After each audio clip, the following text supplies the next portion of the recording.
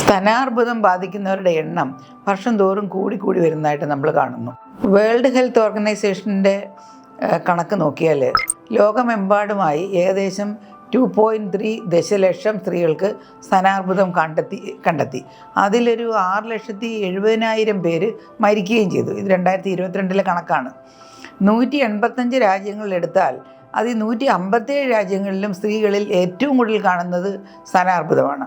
ഈ സ്ത്രീകളിൽ മാത്രമല്ല സ്തനാർബുദം വരുന്നത്, പുരുഷന്മാരിലും വരാം. ഒരു 0.5 to 1% പുരുഷന്മാർക്കാണ് സ്തനാർബുദം ഉണ്ടാകുന്നത്.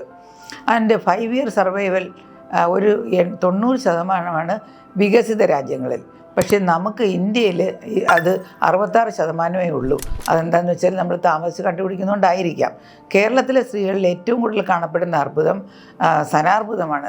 നേരത്തെ ഇത് യൂട്രസിൻ്റെ ക്യാൻസർ ആയിരുന്നു, പക്ഷേ ഇപ്പോൾ ഇത് ബ്രസ്റ്റ് ക്യാൻസറാണ്. സ്ത്രീ പുരുഷ ഭേദമന്യേ ക്യാൻസർ എടുക്കുകയാണെങ്കിൽ ക്യാൻസർ ഉണ്ടാകുന്നവരിൽ 7-ൽ 1 സ്തനാർബുദ രോഗിയാണ്. ഈ സാഹചര്യം കണക്കിലെടുത്ത് ലോകാരോഗ്യ സംഘടന എല്ലാ വർഷവും ഒക്ടോബർ മാസം സ്തനാർബുദത്തിന് അവബോധമുണ്ടാക്കുന്ന മാസമായിട്ട് ആചരിക്കുന്നു. അതായത് പിങ്ക് ഡേ. പിങ്ക് റിബണാണല്ലോ സ്തനാർബുദത്തിനെ കുറിക്കുന്നുള്ള ചിഹ്നം.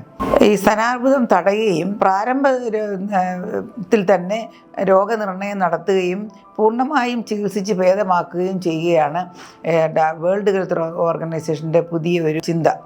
സാമൂഹികവും മാനസികവുമായ പിന്തുണ അർബുദം ബാധിക്കുന്നവർക്ക് നൽകുക എന്നതും സ്തനാർബുദത്തിനെ കുറിച്ചുള്ള കാര്യങ്ങൾ പൊതുജനത്തിനെ ബോധവൽക്കരിക്കുകയും ചെയ്യുന്നതാണ് ഇതിൻ്റെ ലക്ഷ്യം. കാരണങ്ങളായി വരുന്നത് ഈ ജനിതക വ്യതിയാനങ്ങളുള്ളത് ഒരു പ്രധാന കാരണമാണ്.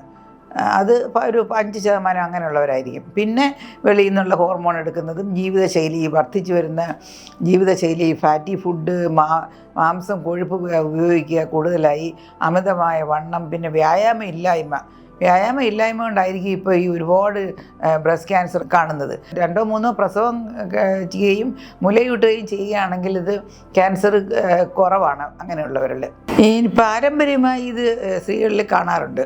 അമ്മ അല്ലെങ്കിൽ കുഞ്ഞമ്മ അല്ലെങ്കിൽ അമ്മാവൻ അങ്ങനെയുള്ളവർക്ക് ബ്രസ്റ്റ് ക്യാൻസർ അല്ലെങ്കിൽ പ്രോസ്റ്റേറ്റ് ക്യാൻസറൊക്കെ ഉള്ളപ്പോൾ ഇവർക്ക് വരാനുള്ള സാധ്യത കൂടുതലാണ്. അതുകൊണ്ട് എല്ലാ രോഗികളുടെയും ഫാമിലിയിൽ ഇങ്ങനെ ക്യാൻസർ ഉണ്ടോ, ഏതെങ്കിലും ക്യാൻസർ ഉണ്ടോ എന്ന് നമ്മൾ അന്വേഷിക്കേണ്ടതാണ്. സ്തനങ്ങളിൽ വേദനയുള്ളതോ അല്ലെങ്കിൽ ഇല്ലാത്തതോ ആയ മുഴകൾ കണ്ടാലും ആർത്തവത്തോടനുബന്ധിച്ചല്ലാത്ത വേദന സ്തനങ്ങളിൽ വന്നാലും ഈ നിപ്പിള് അകത്തോട്ട് വലിഞ്ഞിരിക്കുകയും ചെയ്താൽ അതിന് കൂടുതൽ പരിശോധന ആവശ്യമാണ്.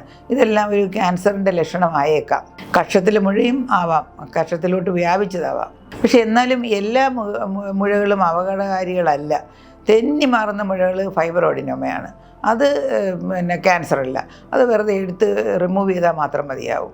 ഇങ്ങനെയുള്ളവർക്ക് വേദന ആർത്തവത്തോടനുബന്ധിച്ച് വേദനയൊക്കെ വരാം. അത് ക്യാൻസറല്ല. ബ്രസ്റ്റ് ഫീഡ് ചെയ്യുന്ന അമ്മമാർക്ക് മിൽക്ക് കെട്ടിക്കിടന്ന മുഴകൾ വരാം. അതും ക്യാൻസറല്ല. പക്ഷെ എന്നാലും അതിൻ്റെ കൂട്ടത്തിൽ ക്യാൻസർ ഉണ്ടോ എന്ന് നോക്കണം.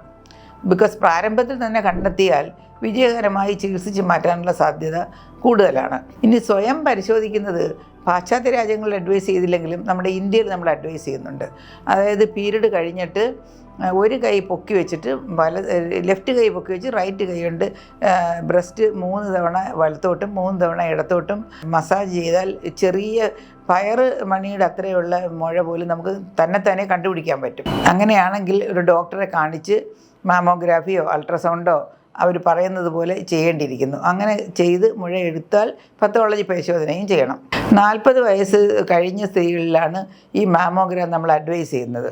റേഡിയേഷൻ ഇല്ലാത്തൊരു ടെസ്റ്റാണ് അൾട്രാസൗണ്ട് അഡ്വൈസ് ചെയ്യുന്നത് ചെറുപ്പക്കാർക്കാണ്. അവർക്ക് സംശയം ഉണ്ടെങ്കിൽ നമ്മൾ അൾട്രാസൗണ്ട് ചെയ്ത് നോക്കും. അതിലും സംശയം ഉണ്ടെങ്കിൽ നമ്മൾ മാമോഗ്രാം അല്ലെങ്കിൽ അടുത്ത ഇമേജിങ്ങിലോട്ട് പോവുകയുള്ളൂ. ഈ ടെസ്റ്റുകൾക്കൊന്നും വേദനയൊന്നും വരത്തില്ല, വളരെ ലളിതമാണ്.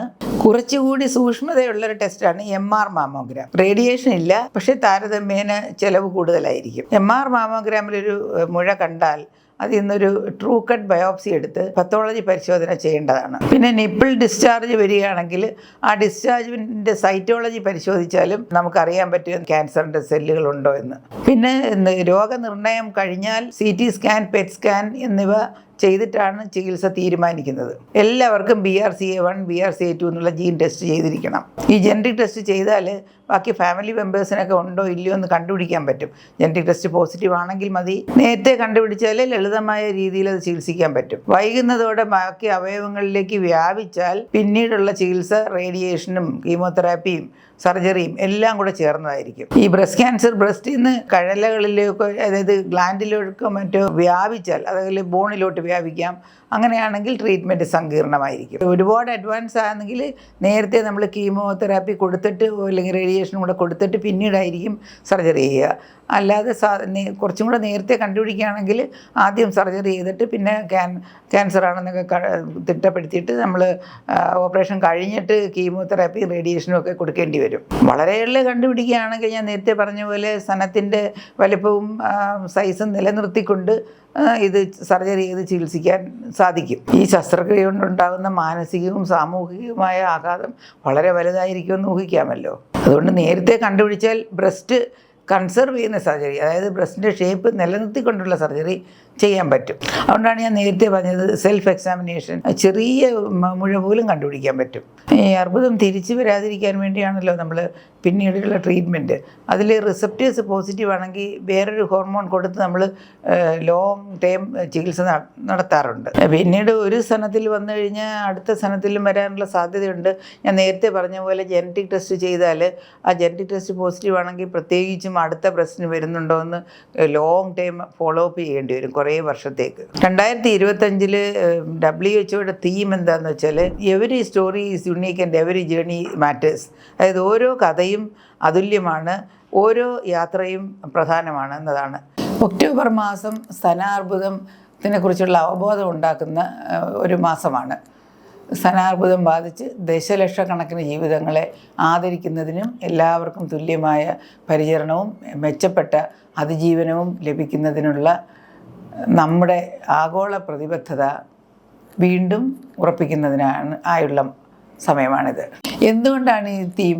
ഓരോ സ്തനാർബുദ രോഗനിർണയത്തിനും പിന്നിൽ ധൈര്യത്തിൻ്റെയും പ്രതിരോധ ശേഷിയുടെയും പ്രതീക്ഷയുടെയും ഒരു കഥയുണ്ട്. ലോകമെമ്പാടുമുള്ള സ്ത്രീകളുടെയും അവരുടെ കുടുംബങ്ങളെയും അവരുടെ ജീവിതത്തെ വ്യത്യസ്തമായി സ്പർശിക്കുന്നുവെന്നും ഓരോ യാത്രയും അനുകമ്പ, അന്തസ്സ്, പിന്തുണ എന്നിവ അർഹിക്കുന്നുവെന്ന് ഈ തീം നമ്മളെ ഓർമ്മിപ്പിക്കുന്നു. ഈ വർഷത്തെ തീം അനുഭവങ്ങളുടെ വൈവിധ്യത്തെ അംഗീകരിക്കുകയും ഭൂമിശാസ്ത്രം, വരുമാനം അല്ലെങ്കിൽ പശ്ചാത്തലം എന്നിവ പരിഗണിക്കാതെ എല്ലാവർക്കും കാരുണ്യപരവും സമയബന്ധിതവും ഗുണമേന്മയുള്ളതുമായ പരിചരണത്തിൻ്റെ ആവശ്യകത ശക്തിപ്പെടുത്തുകയും ചെയ്യുന്നു.